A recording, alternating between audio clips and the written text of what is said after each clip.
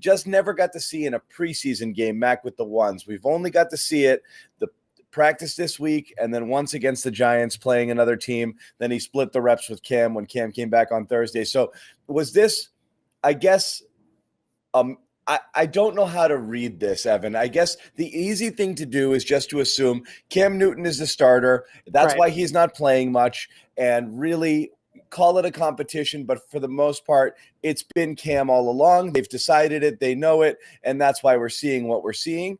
But it seems like a missed opportunity to those of you who've been watching training camp and wondering and thinking that Mac has played himself into a position where he legitimately deserves a shot to potentially be the starter here. And I know obviously there's a lot of fans who feel that way as well. So why play it this way? In a true competition, would you not think it would be worthwhile to see and give Mac a run in a game with starters? Or perhaps they saw enough at practice this week they didn't really feel like it. I'm not really sure why, if you didn't have an obvious number one starter and an obvious backup, why you wouldn't have given, in a true competition, one guy, the second guy, a chance to play with the starters and see what he's got.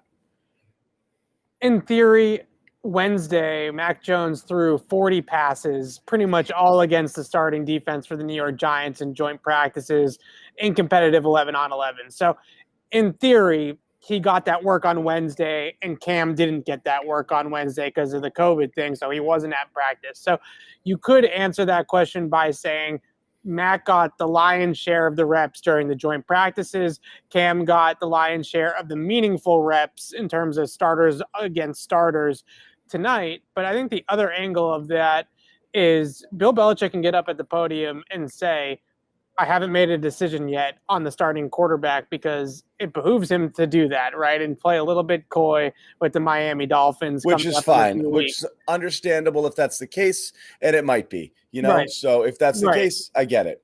Which is fine. But at the same time, what I see and what you can piece together from what we see out there at practice every single day and what we saw in tonight's game and pretty much throughout the entire preseason is Cam is the starter. Cam is the guy that's getting in the huddle and leading the starting offense with the first team reps, right? When they break the huddle, when they come off the sideline in these preseason games and they run the starting offense out there, it's with Cam Newton. When they get into practice and the 11-on-11 period comes up or a 7-on-7 period comes up, the first guy to take the reps is Cam Newton. So I think in theory, Mac got that work with the starters during joint practices. We saw some very, very good things out of him on Wednesday. Some things reverting back to the mean a little bit maybe for Mac Jones on Thursday.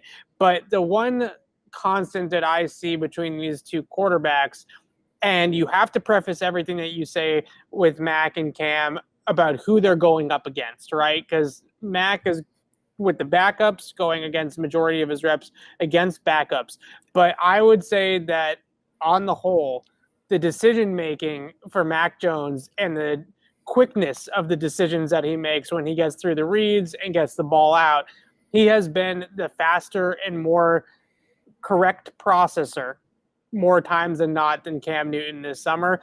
I think Cam has made some really good strides as a thrower this year. His timing is better. His downfield ball placement is better, and I'm sure we'll get into the interception in a second, and I can explain my stance on that play. Which was one of the best throws he's made ever as a Patriot. Right. I mean, that really was good throw. A missile 35 yards on a rope downfield right where it needed to be. So, yeah, I mean, yeah, we can go throw by throw as we get on, but, yeah, I'm still interested in this kind of global, right. You know, the big picture on what's going on behind the scenes there in the decision-making process. The bottom line to me, and from everything that I've been able to piece together, talking to people around the team, the bottom line is that Mac Jones, in my opinion, and this is sort of what's the word, informed speculation or informed opinion, if you will.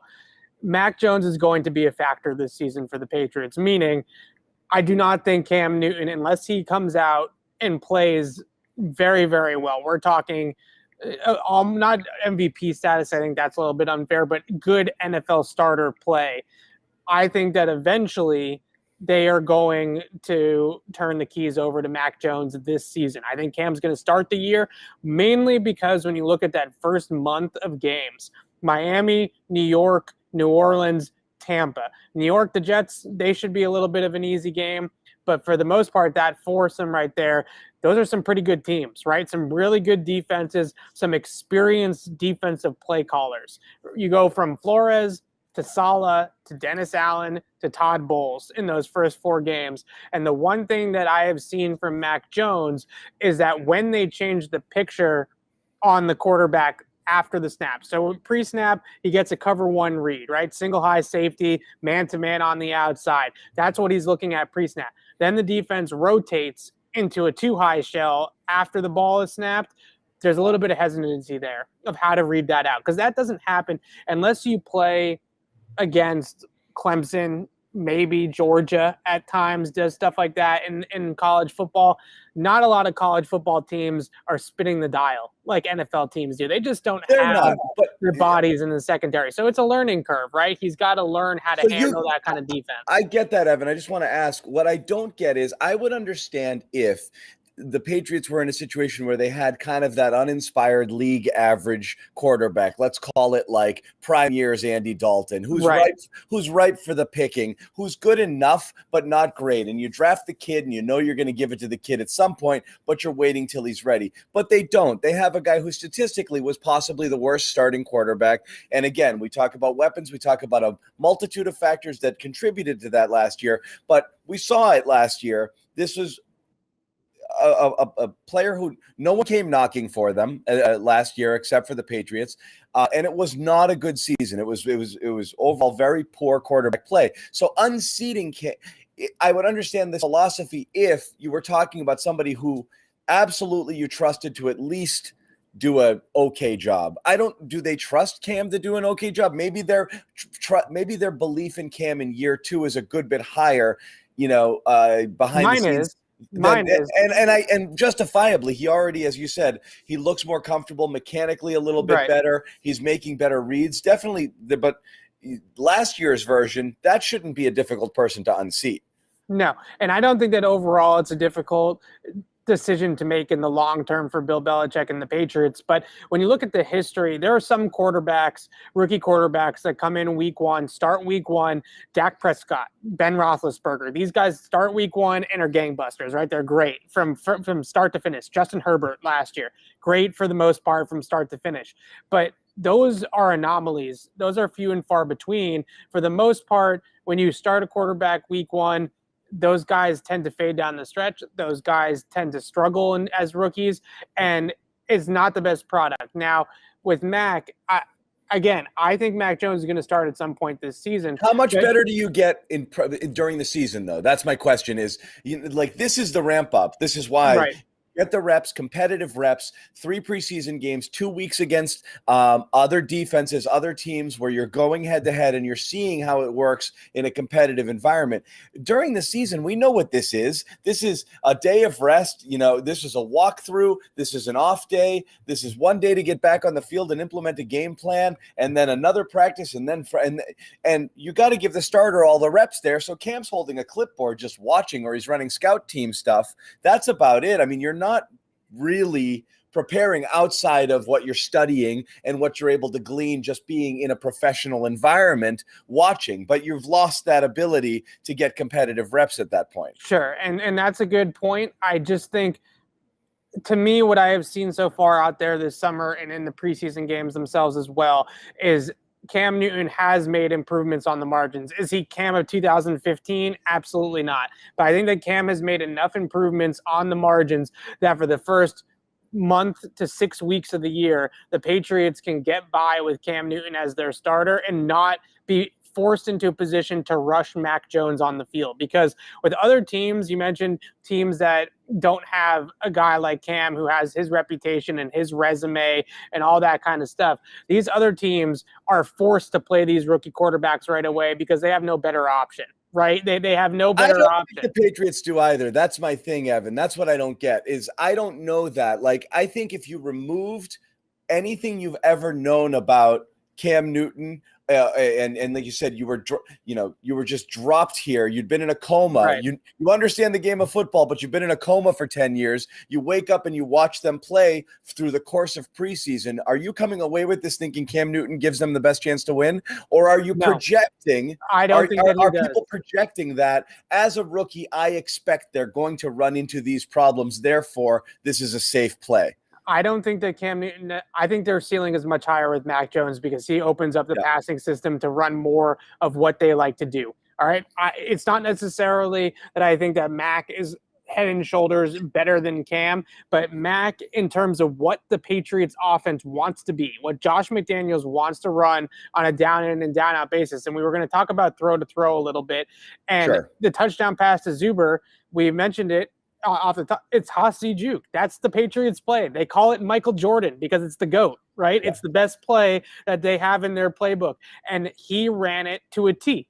He reads the cover 4 structure. He reads the rotation. He reads the linebacker over the slot, dropping into the flat. He knows he's got Zuber up the middle. All he's got to do is beat the boundary corner and the strong side safety to the spot. Or actually, I think it was the weak side safety, but regardless, he knows he just got to zip it in there to beat him to the spot, and he's got a touchdown. That is a play that the Patriots run on repeat with Tom Brady. And not only did they run Hasi Juke in that specific play, they ran it out of empty. Right, so Haas Juke got to empty. That's vintage Haas. That's not just that's like that's expert level Tom Brady Haas, right? Like they don't run empty with just any quarterback, right? They run empty with guys that they trust to make the reads quickly because you are only in a 5-man protection, and if you hold the ball, you're screwed, right? You're going to get sacked very quickly. So they ran it out of empty, which on top of all of that just tells you how much they trust Mac Jones's ability to get the football out of his hands as quickly as possible. So I think that Mac is the best fit for this offense out of these two quarterbacks, but I think that Cam has improved just enough that they can get by with him for the first month, for the first 6 weeks of the season, and make sure that Mac Jones is 110% prepared to make a start, because we still have not gotten into a game plan week. Mac Jones has not been in a Bill Belichick locker room, in a Bill Belichick meeting, or a Josh McDaniels meeting before a game in the regular season where they're sitting down and they're planning out a game plan for the week and they're watching film on an opponent. They don't do that stuff for the preseason games, right? It's all about ourselves and working on things ourselves. So they still have to teach him a lot of the things behind the scenes as well. And they also need to make sure that he's 110% ready with the mental side of all the coverage rotations and all the blitz looks and all the different things that they're going to see. So here's the point. Mac Jones with Mac, it's about the next 5 to 10 years. It's not about September 2021. With Cam Newton, I think Cam Newton, they can let him fall on the sword, right? And Cam Newton, they don't care if Cam Newton's confidence goes out the window. They don't care if Cam Newton is not their quarterback of the future. They have their quarterback of the future in Mac Jones, and jeopardizing any part of that future just because maybe they would go 2-2 or 3-1 with Mac, and they go 1-3 or 2-2 or whatever, right? Maybe just for an extra win on the end of the month of September of 2021 means absolutely nothing. I would much rather sacrifice the first month, the first 6 weeks of the season, and wait until Mac Jones is 110% ready, and then sacrifice Mac Jones's long-term success. It is strange, though, because you are creating an environment where what's actually going to happen is Mac Jones will be no readier to start than in week 5 than he is in week 1, which means... Well, I disagree with that. I think he will be. Because Josh McDaniels is going to be able to work with him behind the scenes, right? Sure, but you're still going to live through growing pains. So you're going to you may enter a rough patch where you go 1-3 with Cam, pull the trigger. Now you got to live through who knows how many, growing pains games, 3, 4, 5, whatever with Mac. And that could theoretically tank your season if you got off to enough of a start. What I don't get is, we've seen Bill do this twice in his career, pulling high-level starters, who were still playing at a decent level, albeit not, great, for people who they thought were ready and could play better than that. I just don't understand if he thinks Mac's going to be the guy in week 5, why he doesn't think he's going to be the guy in week 1. It seems out of character. Unless behind the scenes they really do feel Cam is overall better. We're all idiots. We don't know what we see. they're confident in Mac from everything that they've seen. They don't need him to have a big preseason performance in order to feel good about inserting him there, which